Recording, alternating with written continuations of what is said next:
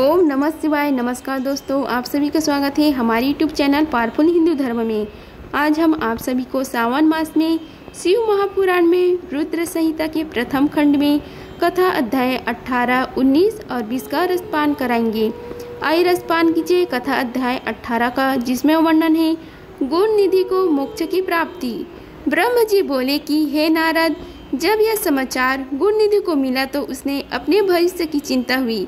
वह कई दिनों तक भूखा प्यासा भटकता रहा। एक दिन भूख प्यास व्याकुल वह एक शिव मंदिर में जाकर बैठ गया। एक शिव भक्त अपने परिवार सहित शिव पूजन के लिए विविध सामग्री लेकर वहां आया था। उसने परिवार सहित भगवान शिव का विधि विधान से पूजन किया और नाना प्रकार के पकवान शिवलिंग पर चढ़ाए। शिव पूजन के बाद वे लोग वहां से चले गए तो गुणनिधि ने भूख से मजबूर होकर उस भोग को चोरी करने का विचार किया और मंदिर में चला गया। उस समय अंधेरा हो चुका था, इसलिए उसने अपने वस्त्र को जलाकर उजाला किया। यह मानो उसने भगवान शिव के सम्मुख दीपक जलाकर दीपदान किया था। जैसे ही वह सब लोग भोग उठाकर भागने लगा, उसके पैरों की धम से लोगों को पता चल गया कि उसने मंदिर में चोरी की है। सभी उसे पकड़ने के लिए दौड़े और उसका पीछा करने लगे। नगर के लोगों ने उसे खूब मारा। उनकी मार को उसका भूखा शरीर नहीं सहन कर सका। उसके प्राण पखेरु उड़ गई। उसके कुकर्मों के कारण यमदूत उसको बांध कर ले जा रहे थे। तभी भगवान शिव के पार्षद वहां आ गए और गुणनिधि को यमदूत के बंधनों से मुक्ति करा दिया गया। यमदूतों ने शिव गणों को नमस्कार किया और बताया कि यह बड़ा पापी और धर्म कर्म से हीन है। यह अपने पिता की भी शत्रु है। इसने शिव जी के भोग की भी चोरी की है। इसने बहुत पाप किए हैं, इसलिए यह यमलोक का अधिकारी है। इसे हमारे साथ जाने दे ताकि विभिन्न नरकों को यह भोग सके। तब शिव गणों ने उत्तर दिया कि निश्चय ही गुणनिधि ने बहुत से पाप कर्म किए हैं, परंतु इसने कुछ पुण्य कर्म भी किए हैं जो संख्या में कम होने पर भी पाप कर्मों को नष्ट करने वाले हैं। इसने रात्रि में अपने वस्त्र को फाड़कर शिवलिंग के समक्ष दीपक में बाती डालकर उसे जलाया और दीपदान किया है। इसने अपने पिता के श्रीमुख से एवं मंदिर के बाहर बैठकर शिव गुणों को सुना है और ऐसे ही इसने अनेक धर्म कर्म इसने किए हैं। इतने दिनों तक भूखा रहकर इसने व्रत किया और शिव दर्शन तथा शिव पूजन भी अनेकों बार किया है। इसलिए हमारे साथ शिवलोक को जाएगा, वहाँ कुछ दिनों तक निवास करेगा। जब इसके संपूर्ण पापों का नाश हो जाएगा तो भगवान शिव की कृपा से यह कलिंग देश का राजा बनेगा। अतः यमदूतों, तुम अपने लोक को लौट जाओ। यह सुनकर यमदूत यमलोक को चले गए। उन्होंने यमराज को इस विषय में सूचना दी और यमराज ने इसको प्रसन्नता पूर्वक स्वीकार कर लिया। तत्पश्चात गुणनिधि नामक ब्राह्मण को लेकर शिवगण शिवलोक को चल दिए। कैलाश पर भगवान शिव और देवी उमा विराजमान थे। उसे उनके सामने लाया गया। गुणनिधि ने भगवान शिव और उमा की चरण वंदना की और उनकी स्तुति की। उसने महादेव जी से अपने किए कर्मों के बारे में क्षमा याचना की। भगवान ने उसे क्षमा प्रदान कर दी। वहाँ शिवलोक में कुछ दिन निवास करने के बाद गुणनिधि कलिंग देश के राजा अरिंदम के पुत्र दम के रूप में विख्यात हुआ। हे नारद, शिव जी थोड़ी सी सेवा भी उसके लिए अत्यंत फलदायक हुई।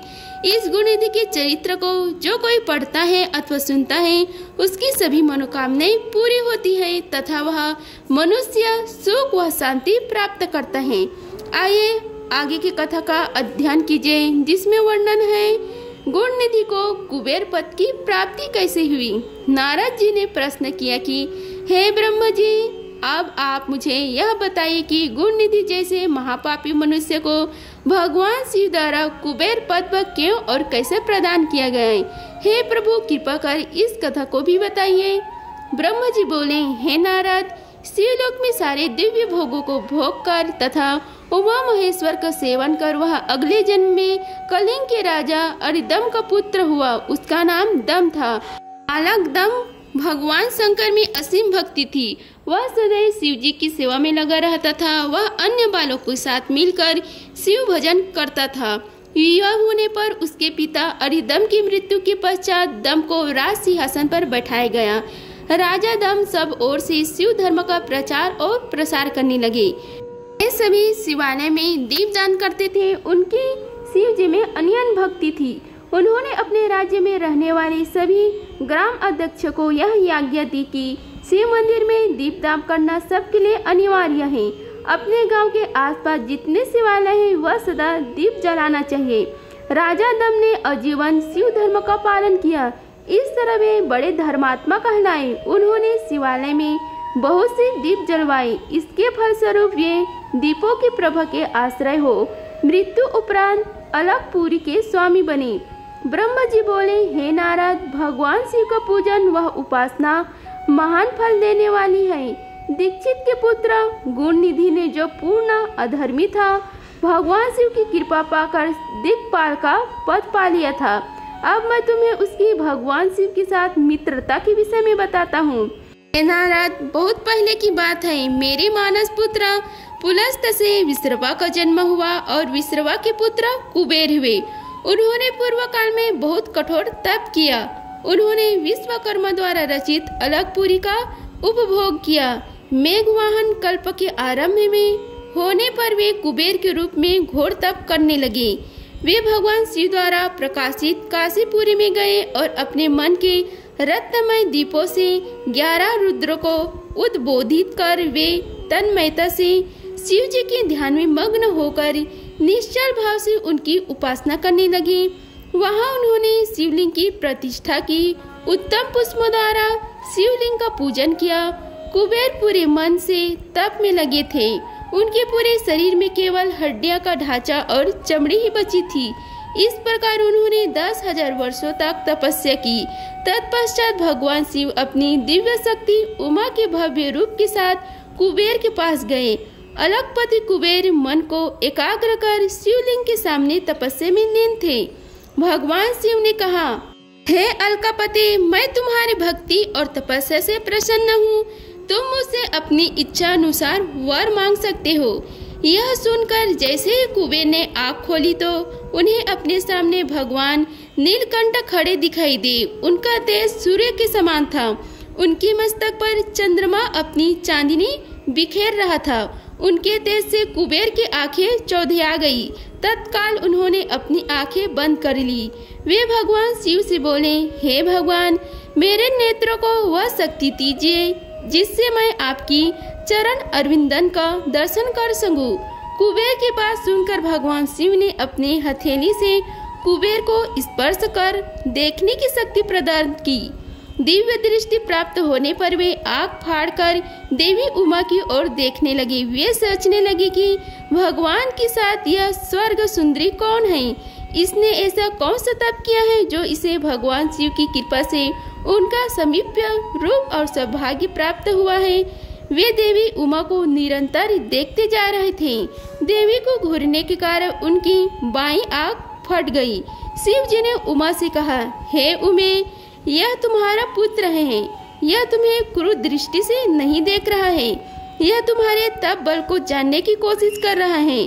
फिर भी भगवान शिव ने कुबेर से कहा, मैं तुम्हारी तपस्या से बहुत प्रसन्न हूँ। मैं तुम्हें वर देता हूँ कि तुम समस्त निधियों और गुण शक्तियों के स्वामी हो जाओ। सुव्रतों, यक्षों और किन्नरों के अधिपति होकर धन के दाता बनो। मेरी तुमसे सदा मित्रता रहेगी और मैं तुम्हारे पास सदा निवास करूंगा, अर्थात तुम्हारे स्थान अलगपुरी के पास ही मैं निवास करूंगा। कुबेर, अब तुम अपनी माता उमा के चरणों में प्रणाम करो। यही तुम्हारी माता है।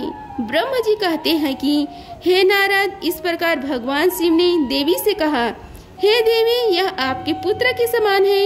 इस पर अपनी कृपा करो। सुनकर उमा देवी बोली, हे वत्स, तुम्हारे भगवान शिव में सदा निर्मल भक्ति बनी रहे। बाईं आँख फूट जाने पर तुम एक ही पिंगल नेत्र से युक्त रहो। महादेव जी ने जो वर तुम्हें प्रदान किए हैं वे सुलभ हैं। मेरे रूप से श्रेय के कारण तुम कुबेर नाम से प्रसिद्ध होगी। कुबेर को वर देकर भगवान शिव और उमा देवी अपने धाम को चल दिए। इस प्रकार भगवान शिव और कुबेर में मित्रता हुई और वे अलगपुरी के निकट कैलाश पर्वत पर निवास करने लगे। नारद जी ने कहा, हे ब्रह्म जी, आप धन्य हैं। आपने मुझ पर कृपा कर मुझे इस अमृत कथा के बारे में बताया है। निश्चय है शिव भक्ति दुखों को दूर कर समस्त सुख प्रदान करने वाले है। ये अगले कथा अध्याय 20 का रसपान कीजिए, जिसमें वर्णन है भगवान शिव का कैलाश पर्वत पर गमन। ब्रह्मा जी बोले कि हे नारद मुनि, कुबेर के कैलाश पर्वत पर तप करने से वहां पर भगवान शिव का शुभ आगमन हुआ। कुबेर को वर देने वाले विश्वेश्वर शिव जब निधिपति होने का वर देकर अंत ध्यान हो गए, तब उनके मन में विचार आया कि मैं अपने रुद्र रूप में, जिसका जन्म ब्रह्मा जी के ललाट से हुआ है और जो संहारक है, कैलाश पर्वत पर निवास करूंगा। शिव जी की इच्छा से कैलाश जाने की इच्छुक रुद्रदेव ने बड़े जोर जोर से अपना डमरू बजाना शुरू कर दिया। वह ध्वनि उत्साह बढ़ाने वाली थी। डमरू की ध्वनि तीनों लोकों में गूंज रही थी। उस ध्वनि में सुनने वाले को अपने पास आने का आग्रह था। उस डमरू ध्वनि को सुनकर ब्रह्मा विष्णु आदि सभी देवता, ऋषि मुनि, वेद शास्त्रों को जानने वाले सिद्ध लोग बड़े उत्साहित होकर कैलाश पर्वत पहुँचे। भगवान शिव के सारे पार्षद और गणपाल जहाँ भी थे वे कैलाश पर्वत पर पहुँचे। साथ ही असंख्य गणों सहित अपनी लाखों करोड़ों भयवनी भूत प्रेतों की सेना के साथ स्वयं शिव जी भी वहां पहुँचे। सभी गणपाल सहस्त्र भुजाओं से युक्त थे। उनके मस्तक पर जटाएं थी। सभी चंद्रचूड़, नीलकंठ और त्रिलोचन थे। हार, कुंडल, केवरू तथा मुकुट से वे अलंकृत थे। भगवान शिव ने विश्वकर्मा को कैलाश पर्वत पर निवास बनाने की आज्ञा दी। अपने और अपने भक्तों के रहने के लिए योग्य आवास तैयार करने का आदेश दिया। विश्वकर्मा ने आज्ञा पाते ही अनेक प्रकार के सुंदर निवास स्थान वहां बना दिए। उत्तम मुहूर्त में उन्होंने वहां प्रवेश किए।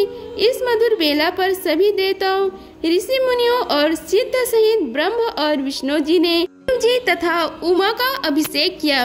विभिन्न प्रकार से उनकी पूजा अर्चना और स्तुति की। प्रभु की आरती उतारी। उस समय आकाश में फूलों की वर्षा हुई।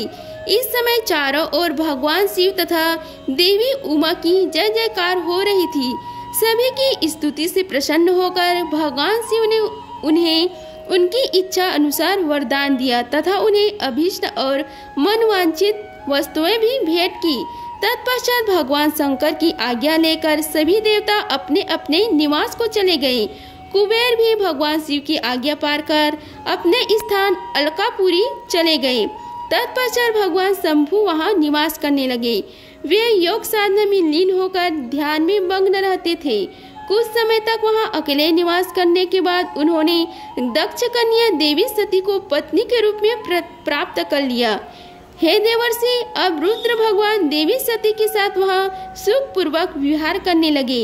हे नारद, इस प्रकार मैंने तुम्हें भगवान शिव की रुद्र अवतार का वर्णन और उनके कैलाश पर आगमन की उत्तम कथा सुनाई है। तुम्हें शिव जी व कुबेर की मित्रता और भगवान शिव की विभिन्न लीलाओं के विषय में बताया है।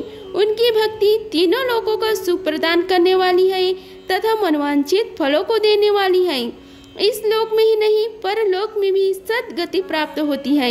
इस कथा को जो भी मनुष्य एकाग्र होकर सुनता है या पढ़ता है वह इस लोक में सुख और भोगों को पाकर मोक्ष को प्राप्त होता है। नारद जी ने ब्रह्मा जी का धन्यवाद किया और उनकी स्तुति की। वे बोले कि हे प्रभु, आपने मुझे इस अमृत कथा को सुनाया है। आप महाज्ञानी हैं। आप सभी की इच्छाओं को पूर्ण करते हैं। मैं आपका आभारी हूँ। शिव चरित्र जैसा श्रेष्ठ ज्ञान आपने मुझे दिया है। हे प्रभु, मैं आपको बारंबार नमस्कार करता हूँ। इति श्री रुद्र संहिता संपूर्णम।